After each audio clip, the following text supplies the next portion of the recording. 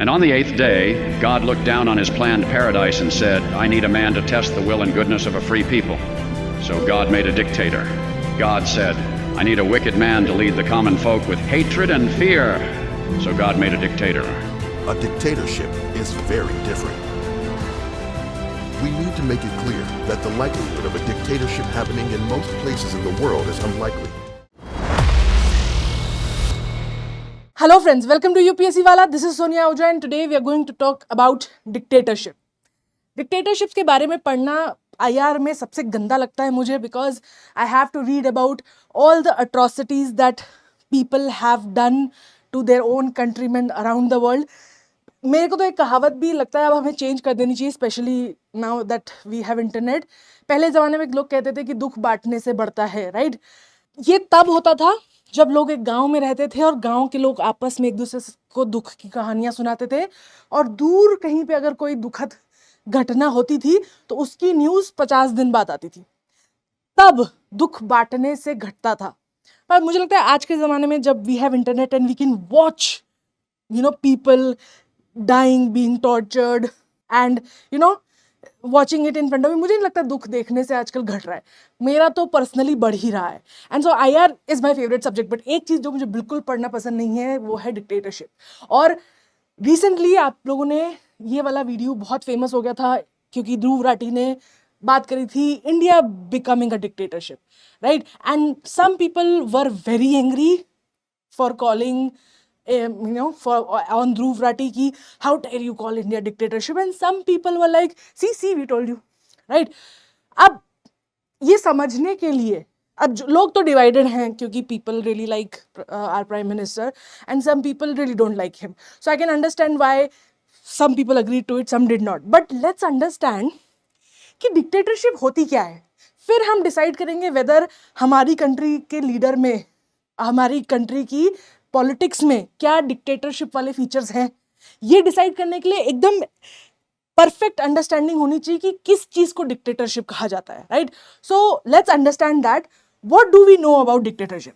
जो ये वर्ड है, अगर आप एक स्टूडेंट हैं 11th-12th क्लास के ग्रेजुएशन के, तो आपने ये वर्ड सुना होगा dictator, right? We have a movie of Sacha Baron Cohen की, right, the dictator.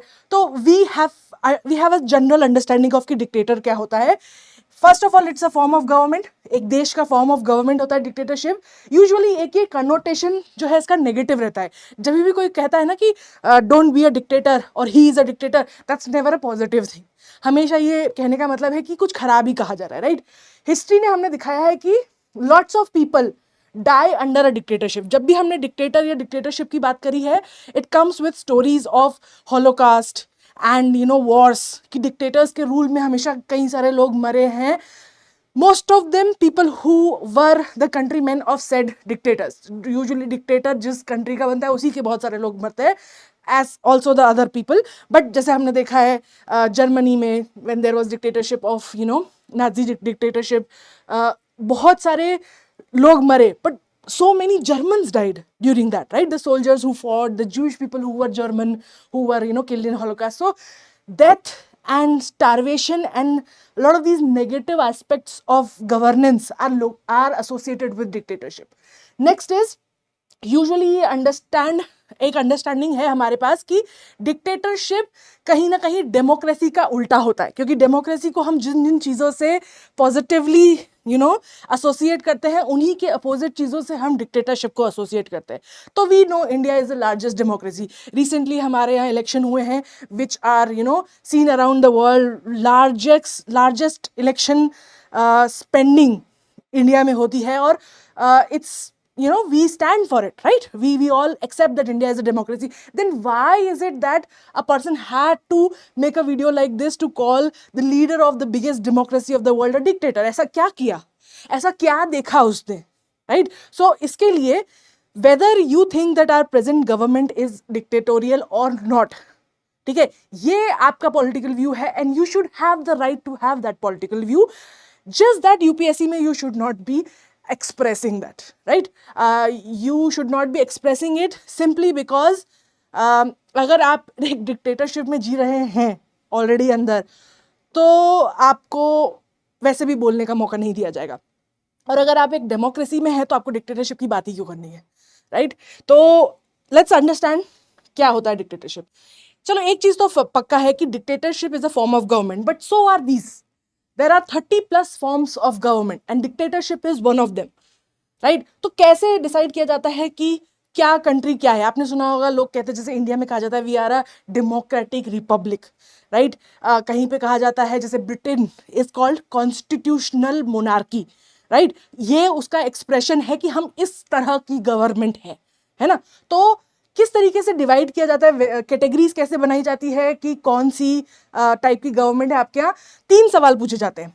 Who is ruling, कौन है जो रूल कर रहा है, किस अथॉरिटी से, किसने हक दिया उस इंसान को रूल करने का, और वो कैसे रूल करता है। That these 3 things when you answer, that defines what kind of government you have, right? For example, who is ruling, अगर एक इंसान रूल कर रहा है तो it's called a monarchy, monoarchy. The word archy, anarchy means no government, right? मतलब कोई rule नहीं कर रहा है, अनार्की है, right? So monarchy, that means सिर्फ एक इंसान है जो रूल कर रहा है। उसके बाद आती है oligarchy. Oligarch means a rich person. So जब a group of rich people rule, right, उसे ओलिगार्की कहा जाता है। When people are the one who are ruling तो उसे रिपब्लिक कहा जाता है, right? So you define who is ruling, उस बेसिस पे डिफाइन किया जाता है कि what kind of government you are. फिर किसकी अथॉरिटी से, किसने आपको ये हक दिया कि आप रूल कर सकते हो। अगर आपको भगवान ने दिया है तो you are called a theocracy, ठीक है? यूजुअली मोनार्कीज जो होती है उसमें किंग रूल करता है, लेकिन किंग को रूल करने की जो पावर है वो गॉड से मिलती है। इसलिए usually you can see most of the monarchies are also very heavy on religion, old time monarchies, right?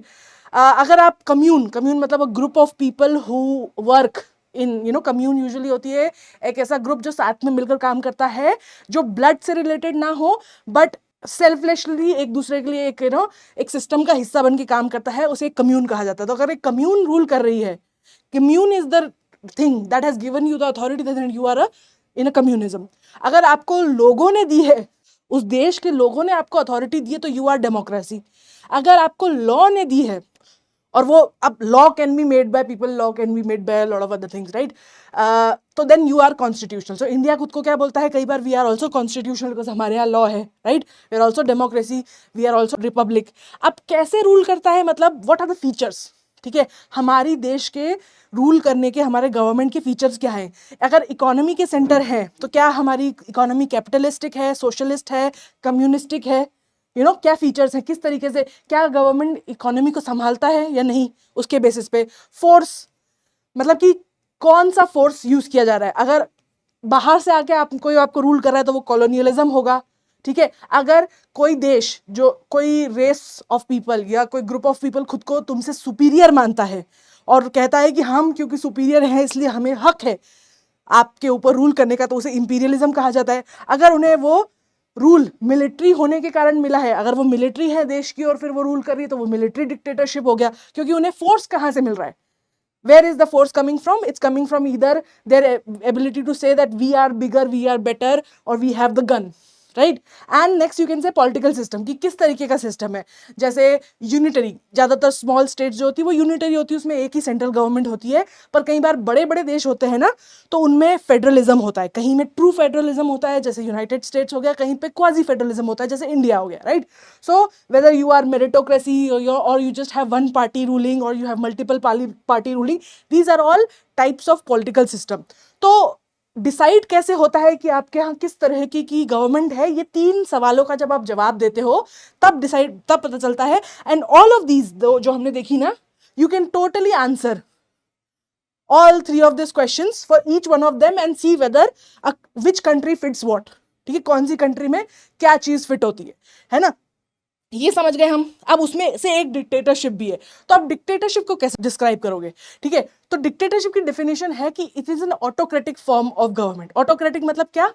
Autocracy का मतलब होता है सिर्फ एक इंसान या तो रूल कर रहा है या एक ग्रुप ऑफ पीपल रूल कर रहे हैं जो खुद ही में डिसाइड करते हैं कि कैसे रूल करना है, ठीक है? मतलब कि जैसे अब इंडिया में देखो, India can not be called autocracy. क्यों? क्योंकि हमारे पास पिछले 70-80 सालों में बहुत सारे अलग अलग एरियाज से अलग अलग प्राइम मिनिस्टर और प्रेसिडेंट्स रहे हैं, अलग अलग स्टेट के अलग अलग लीडर्स हैं, अलग अलग पॉलिटिकल पार्टीज है. There is no one person with one ideology ruling, right.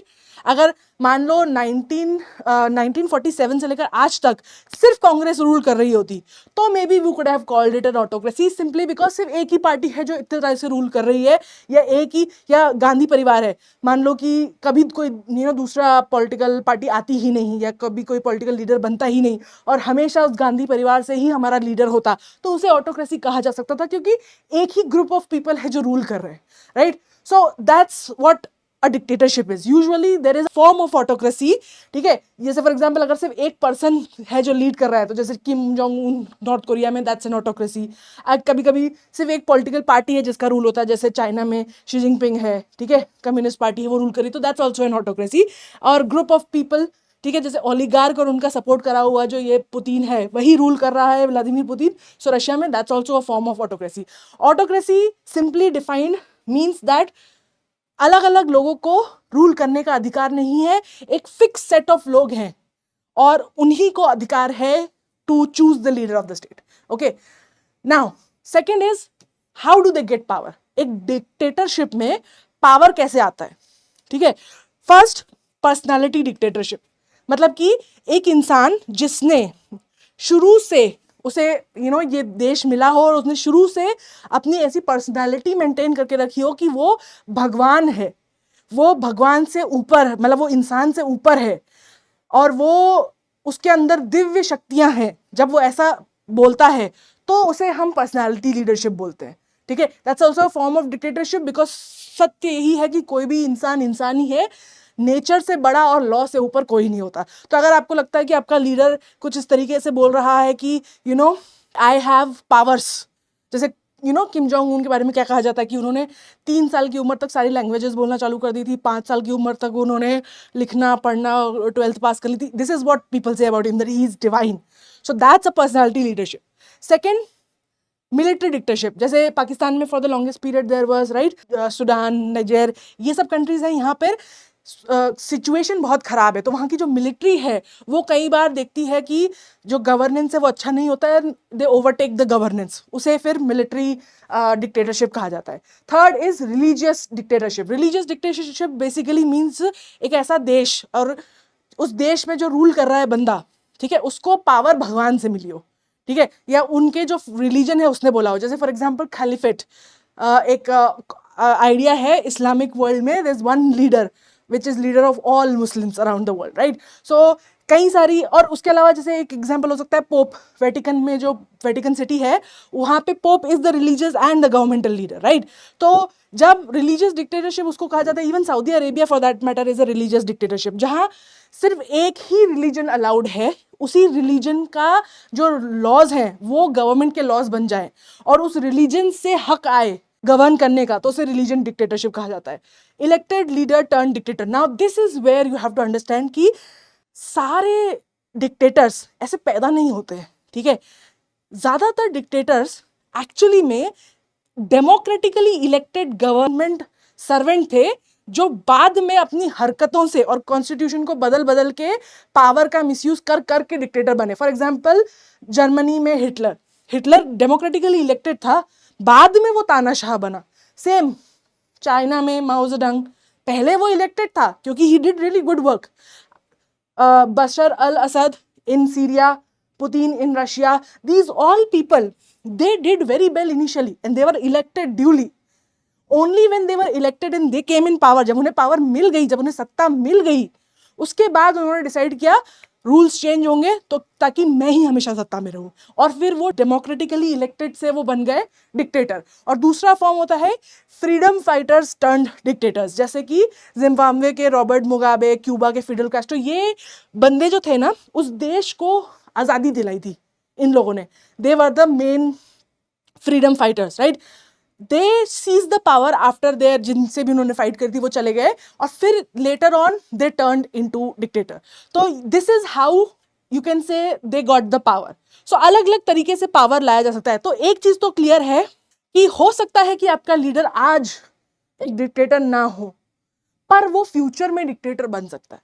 Right, this is something. So no you can, so basically it's like saying कि किसी को बोलना कि तुम बीमार हो, तो वो बीमार नहीं है अभी, पर फ्यूचर में तो हो सकता है ना, right. That's the understanding. So that's how we see dictatorship.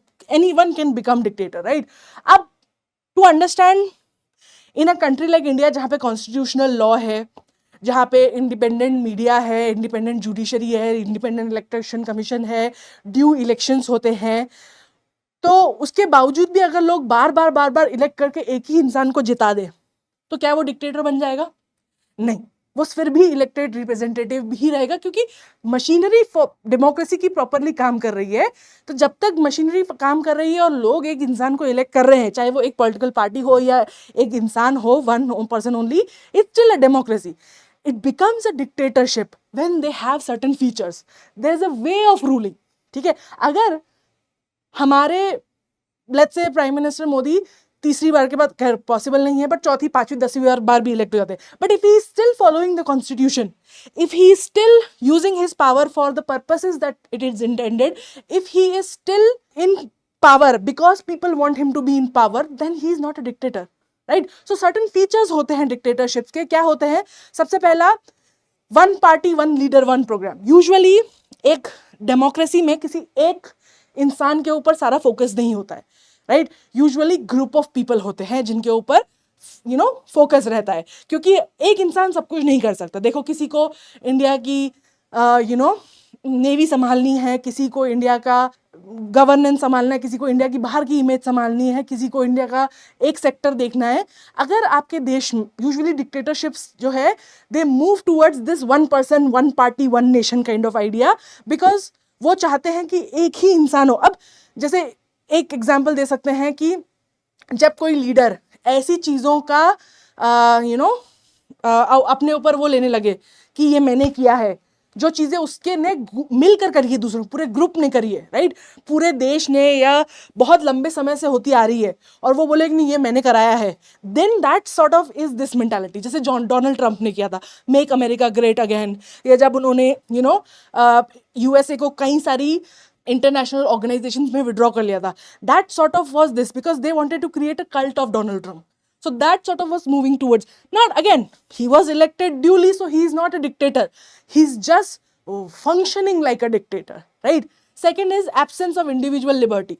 अगर आप बिना किसी डर के अपने लीडर को कुछ बोल सकते हैं, बिना अगर आपने कुछ बोल दिया और आपको अरेस्ट नहीं किया, आपको लिंच नहीं किया गया, आप खुल के बोल सकते हैं, तो फिर आप डेमोक्रेसी में हैं. अगर लोगों को चुप कराया जाने लगा for expressing their views which might be negative, then you are moving towards a dictatorship. National glorification, जैसे फॉर एग्जाम्पल देश से सब प्यार करते हैं, लेकिन सबकी इंडिविजुअल पर्सनालिटीज भी है, राइट. इंडिया में एक मुस्लिम भी इंडियन है, एक हिंदू भी इंडियन है, क्रिश्चियन भी इंडियन है, एक महाराष्ट्रियन भी इंडियन है, एक यूपी का पर्सन भी इंडियन है, एक साउथ का पर्सन भी इंडियन है, एक नॉर्थ ईस्ट इंडिया का पर्सन भी इंडियन है, राइट. उनकी खुद की एक आइडेंटिटीज है of their region, their religion, their language, and then there is a overarching identity. अब यूजुअली एक डेमोक्रेटिक कंट्री में लोग दोनों आइडेंटिटी को अपने पास में रखते हैं, ठीक है, कि मैं अब प्राउड हूँ ये होने का भी, मैं प्राउड हूँ ये होने का भी. लेकिन अगर आपके देश में आपको फील हो कि ज़्यादा से ज़्यादा आपकी नेशनल आइडेंटिटी पे फोकस किया जा रहा है, बजाय कि आपकी पर्सनल आइडेंटिटी पे, उसको प्रेस किया जा रहा है, सप्रेस किया जा रहा है कि no, you have to prove that you are Indian enough, you have to prove that you are good enough for this country. That's national glorification. So if that's happening in your country, then probably you're moving towards a more authoritarian, right? Totalitarian state. Totalitarian का क्या मतलब होता है कि अगर जिस rule के basis पे पूरा देश चल रहा है, जो पॉलिटिकल पार्टी उसे लीड कर रही है, वो उस रूल को ना फॉलो करे, डिसरिगार्ड करे, लोगों की चॉइस को डिसरिगार्ड करे. जैसे फॉर एग्जांपल जब डोनाल्ड ट्रंप हार गया था, तब उसने बाइडेन को पावर हैंड ओवर करने से मना कर दिया था. This shows a totalitarian ideology कि भाई हम पावर नहीं देंगे, भाड़ में गई डेमोक्रेसी, भाड़ में गया तुम्हारा इलेक्शन, मैं जीता हूँ, तुम हार गए और निकल जाओ. सो जब आप उन लॉज को डिसरिगार्ड करते हो, आप अपनी अपोजिशन पार्टी की मांगों को नहीं सुनते हो, अपोजिशन को दबा देते हो, जो फंक्शनिंग है एक कंट्री की, जैसे इंडिया में क्या है कि आपके पिलर्स हैं, executive, judiciary, and then you have your independent media, election commission, ये सब इंडिपेंडेंट होना चाहिए, राइट. अब क्या होता है कि मान लो अगर सिर्फ एग्जीक्यूटिव बहुत भारी होने लगे जुडिशरी के ऊपर, इलेक्शन कमीशन के ऊपर, मीडिया को कंट्रोल करने लगे, राइट, और जो गवर्नमेंट की एग्जीक्यूटिव बॉडीज़ है, पुलिस हो गई, जितने भी अलग अलग डिपार्टमेंट्स हैं, उनको अपने हिसाब से अपनी उंगलियों पे नचाने लगे कि मैं जिसको बोलूँगा उस पे जो है इनकम टैक्स का छापा पड़ेगा और किसी पे नहीं पड़ेगा। अगर आप मेरे को सपोर्ट करते हो तो आपको कोई इनकम टैक्स का कोई वांदा नहीं है, आप मुझे सपोर्ट नहीं करते हो तो आपके ऊपर इनकम टैक्स का वांदा पड़ेगा, right, that kind of thing. अगर एक ही बंदा या एक पॉलिटिकल पार्टी इन सारे इंडिपेंडेंट इंस्टीट्यूट्स को दबाने लगे और उनकी इंडिपेंडेंस छीन ले तो उसे टोटलिटेरियन कहा जाता है। इसमें जो इंसान लीड में होता है ना, उसका कहा हुआ लॉ होता है, बाकी सब खत्म। वो बोल रहा है हाँ तो हाँ, वो बोल रहा है दिन तो दिन, वो बोल रहा है रात तो रात, तो उसे टोटलिटेरियन स्टेट कहा जाता है। अब ये क्या होता है, हर स्टेट एकदम से फर्स्ट डे वन से टोटलिटेरियन नहीं होती है, धीरे धीरे टोटलिटेरियन होती है। Finally रेशियलिज्म, us versus them. जब एक देश में यूजुअली क्या होता है, देश के नागरिक हर अलग अलग तरीके के होते हैं, ठीक है, अलग उनकी वैल्यूज होती है, अलग उनकी आइडियोलॉजीज होती है, अलग उनकी फीलिंग्स होती है। अगर आपको ऐसा लगे कि आपके देश में आपके जो लीडर है वो आपको किसी के अगेंस्ट पिट करने की कोशिश कर रहे हैं कि दोस्तों आप जो हो, आपको आपसे आपका अधिकार छीना जा रहा है, और आपका अधिकार कौन छीन रहा है, वो देश या वो कम्युनिटी या वो ग्रुप, अगर ऐसे आपको ग्लोरीफाई करने लगे वॉर को कि हमें लड़ाई करनी है, संघर्ष करना है, वो मतलब इमेजिनरी अत्याचार के अगेंस्ट, इस तरीके से वो भड़काने की कोशिश करे ताकि लोगों को यूनिफाई किया जाए। जैसे फॉर एग्जाम्पल अगर आप किसी जर्मन से पूछो कि how did you manage to not know कि जूस को जलाया जा रहा था, दे विल से कि हमें पता ही नहीं था, हमें तो कहा जा रहा था कि हमें सालों सालों तक ये समझाया गया था कि भाई जूस लोग खराब होते हैं, जूस लोग खराब होते हैं, हमारी सोसाइटी खराब कर रहे हैं, हमारा कल्चर खराब कर रहे हैं, तो हमारा प्रोपेगेंडा दिखा दिखा के हमारा भ्रष्ट कर दिया था दिमाग। सो जब उन्होंने ये किया, हॉलोकास्ट किया, तो हमें यकीन ही नहीं हुआ कि मतलब we kind of agree to it. तो क्या होता है, स्लोली स्लोली एक डिक्टेटरशिप में डिक्टेटर को अगर किसी पर्टिकुलर कम्युनिटी को हटाना होता है, प्यूरिफाई करना होता है, तो वो क्या करते हैं, उनको एक दूसरे के अगेंस्ट पिट करते हैं। अब now knowing all of this, knowing the fact what is the definition of a dictatorship, who is ruling, how they are ruling, उनको पावर कहाँ से मिल रहा है और क्या उनके अंदर ये फीचर्स हैं, now you can decide whether your country is a dictatorship or not. And the thing that I want you to understand is कि यूनाइटेड नेट्स जो कि एपिटोम है डेमोक्रेसी का, यूरोप मान लो, फिर अगर वो नहीं तो वहां से लेकर नॉर्थ कोरिया, कंबोडिया तक हर देश कैपेबल है डिक्टेटरशिप बनने का, क्योंकि डिक्टेटरशिप ऐसे एक दिन में फूटता नहीं है, धीरे धीरे सरकारें डिक्टेटोरियल होती जाती है। हमारा काम as a democracy and citizens of a democratic country is to make sure कि हम अगर नोटिस कर रहे हैं कि हमारा देश डिक्टेटरशिप की तरफ जा रहा है तो हम उसे रोकें, okay, and we should not be offended if someone calls, और वी मतलब कि अगर कोई किसी सरकार को डिक्टेटोरियल बोल रहा है तो ऑफेंड होने की जरूरत नहीं है। इसका ये मतलब है कि लोगों को लग रहा है कि आप अपना काम सही से नहीं कर रहे हो, ठीक है, and that's where I am going to end this. So I hope this makes you understand, and you need to make sure to look out कि आप एज अ सिटीजन, ये आपकी ड्यूटी है टू मेक श्योर कि आपकी democracy रहे। The moment you leave it, it may become anything. It can become monarchy also, it can become a dictatorship also, it can become a military junta also. कुछ भी हो सकता है अगर आप ध्यान नहीं देंगे तो। That's all for today. Thank you for listening. Have a nice day. Bye.